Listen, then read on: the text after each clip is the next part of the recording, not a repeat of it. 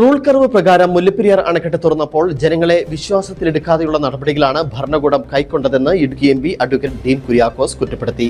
Dam തുറക്കുന്നതിന്റെ ഭാഗമായി പോലീസിനെ ഉപയോഗിച്ച് ജനങ്ങളെ കുടിയൊഴിപ്പിക്കുന്ന രീതിയാണ് ഇത്തവണ നടന്നത്. ഇതിനെതിരെ നിരവധി പരാതികൾ ലഭിച്ചിട്ടുണ്ട്. ഇത്തരം നടപടികൾ കൈക്കൊള്ളുമ്പോൾ ജനങ്ങളെ വിശ്വാസത്തിലെടുത്തുകൊണ്ട് വേണം ഇടപെടാൻ.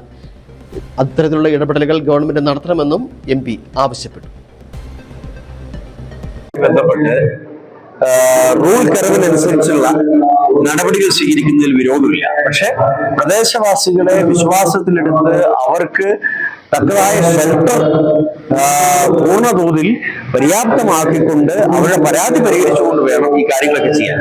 ഇപ്പൊ റൂൾ കർവ് യാഥാർത്ഥ്യമായ സ്ഥിതിക്ക് നിശ്ചിതമായ പരിധിയിൽ ഡാം തുറക്കപ്പെടുമെന്ന് എല്ലാവർക്കും അറിയാം. പക്ഷെ അതിന് നേരത്തെ തന്നെ മുന്നൊരുക്കങ്ങൾ ആരംഭിച്ച് രാത്രികാലങ്ങളിൽ ഷട്ടർ തുറക്കാൻ പാടില്ല എന്നുള്ളത് സുപ്രീം കോടതിയുടെ ഉത്തരവാണ്.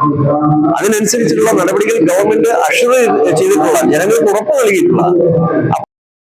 ജനങ്ങളെ കൂടെ നിർത്തിക്കൊണ്ട് വേണം ഇത്തരം കാര്യങ്ങൾ ചെയ്യാൻ. ജനങ്ങളെ കുടിയൊഴിപ്പിച്ച് അവരെ സ്വന്തം ഭൂമിയിൽ നിന്നും ആട്ടിയിറങ്ങുന്ന, പോലീസിനെ ഉപയോഗപ്പെടുത്തിക്കൊണ്ട് ഭീഷണിപ്പെടുത്തിക്കൊണ്ട് മുന്നോട്ട് പോകുന്ന ഒരു രീതി ഉണ്ട് എന്നുള്ളത് ഈ വർഷം വലിയ പരാതി ഉയർന്നിട്ടുണ്ട്. ആ പരാതി ഒഴിവാക്കാൻ ജില്ലാ ഭരണകൂടവും ഗവൺമെന്റും ഒത്തുചേർന്നുകൊണ്ട് ജനങ്ങളെ വിശ്വാസത്തിൽ എടുത്തുകൊണ്ടുള്ള പ്രവർത്തനങ്ങളുമായി മുന്നോട്ട് പോകണമെന്ന് ഞാൻ ഈ ഘട്ടത്തിൽ ആവശ്യപ്പെടുകയാണ്.